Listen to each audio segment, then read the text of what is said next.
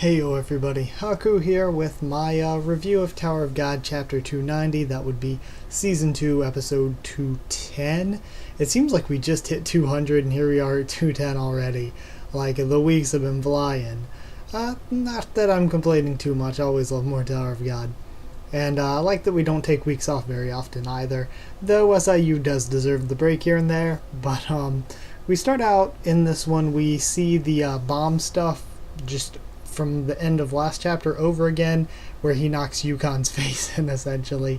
So Yukan flips out, everybody starts running away. We find out that Yukan's power is that he eats the toxic waste at the Name Hunt station, and he uses Shinsu in his body and converts it into this poisonous Shinsu attack. So that's really cool concept for his power. But yeah, he flips out. Kun pretty much instantly one-shot blocks him with the lighthouse shield, and Baam, an amazing panel of Baam. Baam just uses Shinsu to blast off the hoses on his back or whatever, which renders him a bit useless. And seeing his another amazing panel where he's just in shock after Baam takes all of the hoses off of him with all the bungs of Shinsu. Then Baam jumps on his back. Yukan notes that he can't move, which I think we can assume is because of the reverse flow control that Baam knows how to do. But essentially Baam is outed as Viol as he steals the name of Yukan. Then afterward, Yukan, being a pussy, begs for his name. Don't give my name away, don't take my name, allow me to live as a free person. And Kun's like, oh, okay, that's fair enough if you tell me where Kaiser is. And we find out that Yukan doesn't actually know the way to Kaiser. The only one who knows the way to get to Kaiser here at the corridor is Alphine, Shadow Girl Alphine, who is supposedly Kaiser's most loyal of the 10 bosses. Then after that, we get to actually see Ron's group, and they are all going to be going down this deep shaft, and they have to travel by ladder on it. And we find out that Inieta's following them. We have a hilarious scene with Inieta waving and smiling at the lighthouse and everybody flipping out. It was really funny. And Ron stays back to fight Inieta alone while the rest move on ahead to rescue people. And this is either going to lead to Ron being captured, which I don't know. I don't know how I feel about that. I don't think it will really happen. Or somebody can come in for the save, probably Hatsu, and take on Inieta. Because even when Inieta first shows up, Ron pops the lightning pill right away. And the way he's been tired and the way he just used the lightning pill recently, I think that he just doesn't have it in him. Even at full strength, I'm not sure that he could beat Inieta. So being a bit tired, I don't think he has a shot. I really don't think Ron can hang with Inieta whatsoever. So I think it'll be interesting. I think Hatsu will likely show up for the save there. And then we'll see a Hatsu versus Inieta sword fight. But that's where we end. Really, I thought it was really good. I loved seeing Baam versus Yukan fleshed out, even if it was one-sided, even if it was quick. I really enjoyed it. Another thing with this chapter too, it seemed really short, but it wasn't really. It seemed really short, I think, because of just because it was mostly action stuff and a lot of panels where there wasn't any talking, there wasn't any info being dumped. It was just a panel of part of the fight going on, or like the people running from Yukan's attack, stuff like that.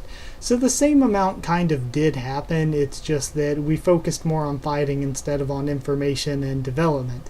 So it was just a different type of chapter, and it was very good for the fighting and everything. Because like I said, even though it wasn't a close fight or anything, far from it, I thought it was really a really good fight to see. I like seeing Baam just wipe out Yukan and seeing how Yukan underestimated Viol. It was great. And also, I like that we didn't just see the one group, we also got to check in with Ron's group and build some more for what's going to happen next. And yeah, so I liked pretty much everything about it, but one thing I will also note, with a couple exceptions like the amazing Baam with the 6 bongs of Shinsu panel, with the exception of a few panels, There were a lot of panels this week that I thought the artwork was a little bit down less than usual. But again, not a huge problem. So in the end, I really did like this one. I thought it was really good. It was just a different focus than we always get. So I'll actually give it 8 Shadow Girls out of 10. But before I do the whole like, comment, subscribe thing, I want to also say I'm sorry for the audio issues in the live reaction. I hope nothing happened here. It doesn't look like anything did. But to explain that situation a little bit more, it's like my microphone is like, I don't know if the microphone is messed up or if it's the actual audio jack on my computer. If it's the actual audio jack on my computer, I have no idea what to do then. I guess I would have to buy a USB mic, but I've never really used a USB mic. I've just used an actual microphone. So, but basically, like, if it isn't plugged in at just the right spot, it flips out and is all staticky. So I have to make sure that it's plugged in just the right spot.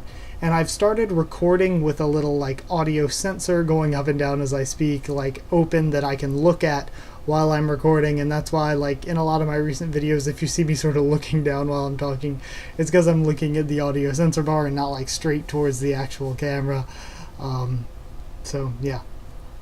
But the thing is, like, when I'm doing a live reaction, like when I'm doing a review or any other kind of video like that, if I see that it flips out and gets all staticky at any point during the video, I can just say what I just said over again and cut out the part where it went all staticky.